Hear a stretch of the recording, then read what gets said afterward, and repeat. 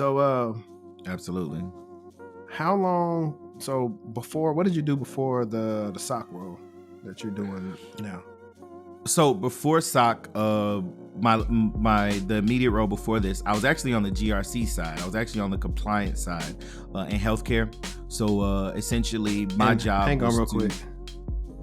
I need you to highlight that a lot. I ain't stopping it right now, but I'm like, a lot of people come to me about, I want to do this and that, and a lot of people don't even think about GRC, and I'm like, it's a lower barrier to entry, yes. And you still gonna get a bag because they need it. So they need it bad. Like SecOps is the solution to the objective of GRC, right? So the business wants to be compliant. The business wants to protect themselves. And, one of the things we teach in Cover 6 is that process of understanding patterns of business. And we can definitely touch on that, but I want to make sure, I get to your question, because that's a big part of what I think we're missing in the security world, especially security operations, is we do this whole us and the business thing, right? Whereas we don't look at the business as a part of what we're doing, and I think we sort of that's where we sort of go left, right? But anyway, I came from the GRC world, so I was in healthcare IT, and in that GRC role, my job was essentially to review the three frameworks, the framework as well as the two compliance standards that we had to adhere to. So we had high trust and HIPAA, and my job was to essentially audit the controls. So I take the policy that we had. I'll make sure I'll make sure that our policies were aligned with HIPAA and high trust.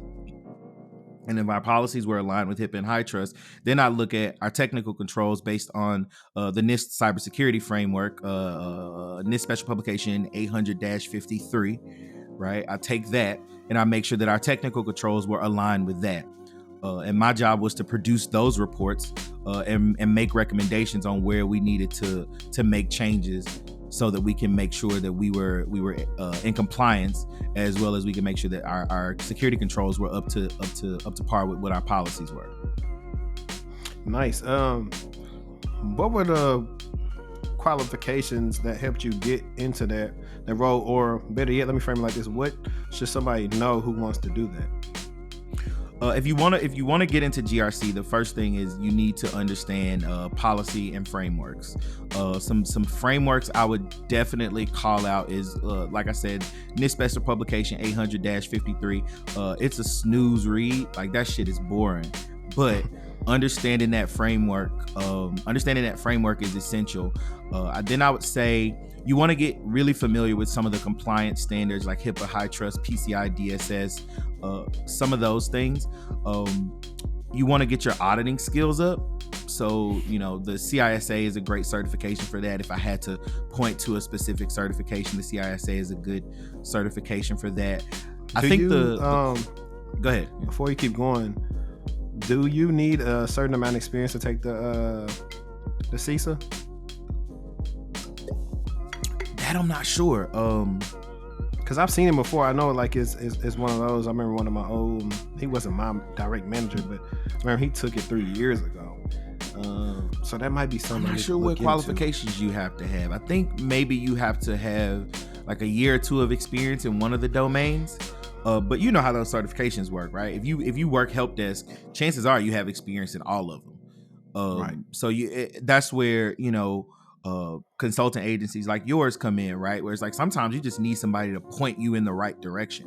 When we do career coaching over at Cover 6, a lot of times I hear people say, I've been working at help desk for 3 years and I want to get into security, but they're telling me I need identity and access management. And you've been doing it already. And I'm like, that's probably all you did. Or they're like, no, they say I need identity and access management. They say I need endpoint analysis. They say I need config management. I'm like, yeah, that's your job.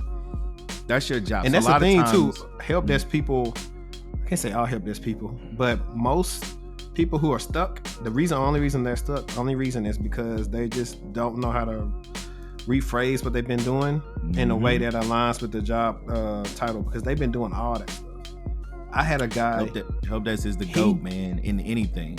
I forgot what he did, but when I tell you, I was like, dude, you did some things. You just don't have them highlighted good.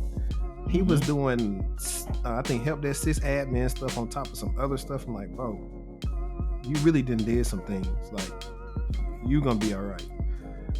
Yeah, unfortunately, and you and I have talked about this, I believe, like privately via Twitter message, but unfortunately, HR practices are one of the biggest hindrances to great talent in technology across the board, right? Definitely. So, like you said, there's somebody who, if you working a normal help desk sysadmin role, you're doing endpoint analysis, you're doing configuration management, you're doing identity and access management, you may be even delving into some networking, right? If you're troubleshooting basic networking issues, you may be even. I'm gonna say that too. Turn it off, turn it on.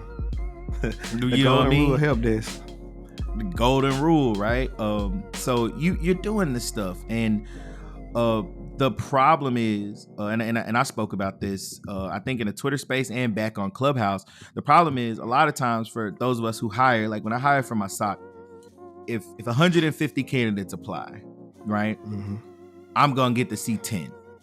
If 300 candidates apply, I'm gonna get to see 10, right? And so, because my company, Fortune 100 company, has a very structured HR sort of process, and that process, the first part of that process is going through that applicant tracking system. That's why I'm a very strong believer in getting your resume professionally done, because there are people who know how to get through that application tracking process. I'm a strong believer in having somebody help you prepare for an interview and how to answer those questions. Specific people, and you've seen this, right? New people, what do? They go in and they focus on the technical skills. Like, oh, I gotta learn, I gotta be ready to answer those technical questions, right? But one of the most important questions in an interview is, tell me about your experience. Tell me about a challenge. Tell me about a win. Tell me about a project that you worked on, because that's where you get to shine. Right. Definitely. And so, I think in the tech economy where we are right now, in the tech culture, help desk is underrated. I think it's one of those underrated things.